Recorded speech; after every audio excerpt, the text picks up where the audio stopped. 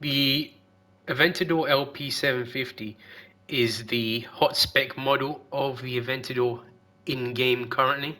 Obviously there's been SVJs and other limited edition versions of the same car, LP770s, etc. But we have this as one of the most powerful Lamborghinis in the game to tune. Over 1000 horsepower, naturally aspirated, four-wheel drive, and is one of the very few cars which has stage 5 weight reduction, bringing the weight down very low to well under 1200 kilograms. So, a few people have asked me to do non-engine swap tunes.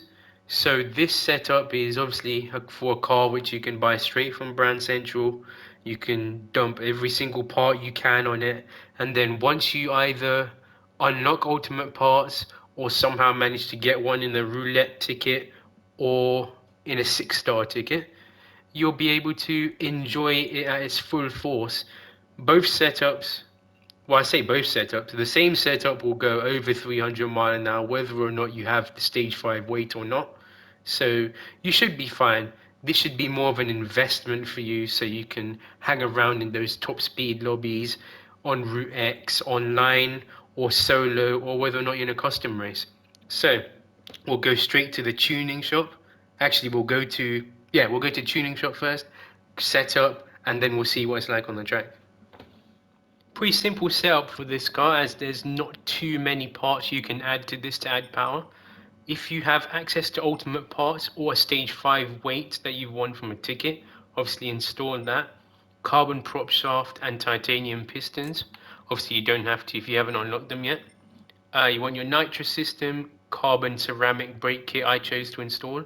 Handbrake and steering angle adapter you can install if you want. Oh yeah, and don't forget the heavy wets because you're going to put them on the front. Then for racing, you want your engine balance tuning, polished ports, racing air filter, silencer, exhaust manifold, pads, fully customizable suspension, clutch and flywheel, your torque vectoring center diff, your fully customizable racing transmission, racing soft tires, and obviously if you haven't got stage 5 you can go up to stage 4, which I think will be just under 1200 kilos. So about 50 kilos of weight lost, I think, between 4 and 5. You want crankshaft, computer from here, and your fully customizable LSD, increased body rigidity, and obviously weight stage 3. From here you want your bore up. From here you want your bore up and weight stage 2, and obviously power strict and ballast if you want that. And then from here is just weight stage 1, and I think it comes with sports mediums, one of the very few cars which does. So we'll go over to the setup and see what I've done there. I've had this tune for a little bit, but I'm glad that it hasn't changed due to any of the suspension and chassis changes that have happened over the past few updates. So we'll start from the top. Heavy wets at the front, softs at the back. Ride height you want lowest as possible at 85. Anti-roll bar I put on 8. Compression on 40. Expansion on 50. Natural frequency on 3 and 3.2. No camber and toe. Diff all on 60. I chose to put the torque split at 50-50. Downforce, you want it, well, you can't adjust it, and I've also took the wing off it, so it will have a little bit less downforce, so you can go to your what's it called, GT Auto, and go and take the wing off. I've also believe I've got the stock wheels on here, stock width and stock offset, so I haven't done anything to the wheels. I've only just taken the wing off, so it will be a little bit more slippery. But as you can see, it's got a big front splitter, and it's got quite a big rear diffuser stock, so it's gonna have downforce that you can't get rid of, unfortunately. If it had 0-0, it'd probably go like 310, 320, but you're limited just by the downforce. Fully customizable ECU, obviously you want that set to 100. You'd be glad to know this doesn't have a flip, so set your fully customizable racing transmission auto set to 500, and then you want to put the following gears in. I think the first 4 gears are exactly the same: 3.95, 2.44, 1.7, 1.215, and then fifth gear is 0.94, sixth gear is 0.775, seventh gear is 0.705, and I haven't touched the final drive. So I've literally just put it on auto set, put these gears in, and that's it. So you should be cruising in sixth, and then seventh gear is your nitrous slash slipstream gear. So I believe you'll be at about 270 without nitrous, and then you'll be hitting over 300 with nitrous and slipstream pretty easily if you change up to seventh gear.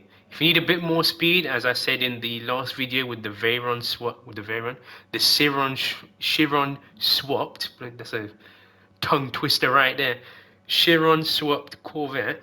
If you want more top speed, bring your final gear all the way to the left. Or if you want more like just in general speed between the gears, bring your final drive down, or to the left I should say. And then or bring your seventh gear down to the left if you want a bit more top speed.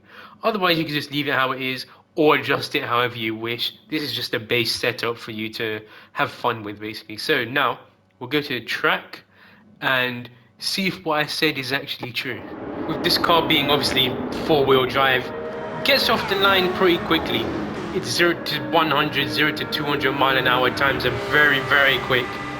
Once it gets around 250, obviously it starts to slow down a little bit, but it will cruise at 270 in sixth gear, no problem. Even up the hill, even as the Veyrons and the other engine swapped cars I have in this video catch up, that V8, that twin turbo V8 Porsche is causing problems usually on this little race I have set up. But up the hill, it'll do 270 no problem. Down the hill, it's doing 280 no nitrous, and then later on in the video, we will be able to get to 300 mile an hour pretty easily and above without nitrous, as the Porsche overtakes. And the Corvette C7 is not too far behind as well. But this is another one of those cars which I don't know where they got the sound from. I don't know whose car they sampled to get the sound from, but it's got like that very sort of artificial buzzy sort of noise and can be quite annoying. But that's how it is with a lot of cars with the racing exhaust these days. The reason why I put the racing heavy wets on the front of my cars now is so that it takes the corners pretty easily. This can also be used on like NASCAR races as well, where you put the harder compound of tire on the front so that it doesn't spin out when taking the corners at high speed. But the problem is that if you're doing an actual NASCAR race and you want to change the tires in the middle of the race because they're worn out, you can only put the same set of compound on the front and the back. It's not like Gran Turismo 3 and 4 where you can literally switch between compounds on the front and rear when you pit, which is kind of annoying, but oh well. Besides the point, here's your 300 mile an hour tune. It can probably do more. There's gonna be some idiot in the comments who said, oh, well, I can do 500 mile an hour. Well, post the tune and prove it then. That's all I asked for. Anyways, hope you enjoyed this video. Obviously, like, comment, share. Make sure you turn on the notification bell. I'm going to try and upload every Monday, Wednesday, and Friday. I'll catch you in the next one.